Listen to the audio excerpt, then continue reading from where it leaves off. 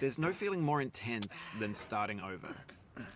If you deleted your homework the day before it was due, as I have, or if you left your wallet at home and you have to go back after spending an hour in the commute.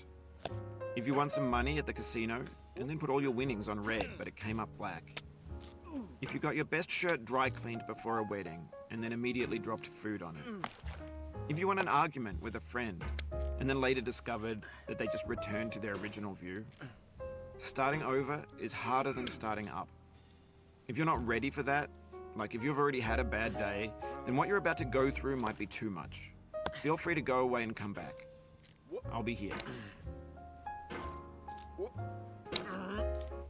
Alright, thanks for coming with me on this trip. I'll understand if you have to take a break at any point. Just find a safe place to stop and quit the game. Don't worry, I'll save your progress, always, even your mistakes. This game is a homage to a free game that came out in 2002 titled Sexy Hiking. The author of that game was Jazuo, a mysterious Czech designer who was known at the time as the father of B games.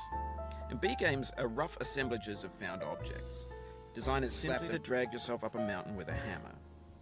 And that act of climbing, in the digital world or in real life, has certain essential properties that give the game its flavor.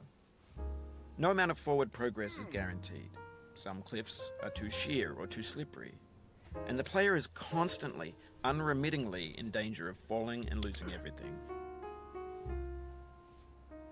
Anyway, when you start Sexy Hiking, you're standing next to this dead tree that blocks the way to the entire rest of the game.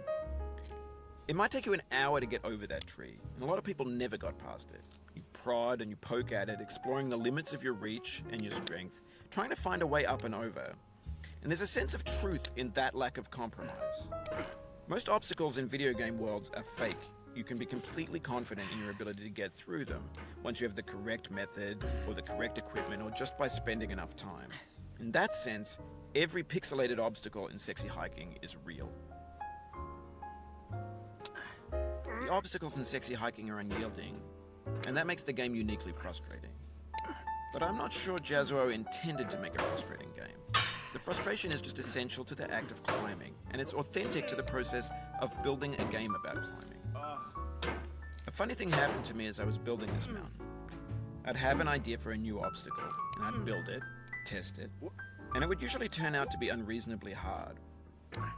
But I couldn't bring myself to make it easier. It already felt like my inability to get past the new obstacle was my fault as a player rather than as a builder. Imaginary mountains build themselves from our efforts to climb them, and it's our repeated attempts to reach the summit that turns those mountains into something real. When you're building a video game world, you're building with ideas, and that can be like working with quickset cement. You mold your ideas into a certain shape that can be played with, and in the process of playing with them, they begin to harden and set until they're immutable, like rock.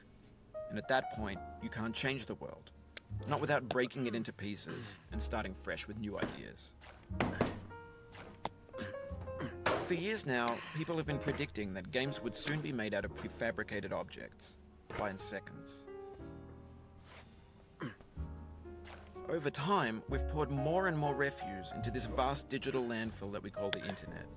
It now vastly outnumbers and outweighs the things that are fresh and untainted and unused. When everything around us is cultural trash, trash becomes the new medium, the lingua franca of the digital age. And you can build culture out of trash. But only trash culture. B games, B movies, B music, B philosophy. Maybe this is what digital culture is. A monstrous mountain of trash, the ash heap of creativity's fountain. A landfill with everything we ever thought of in it. Grand,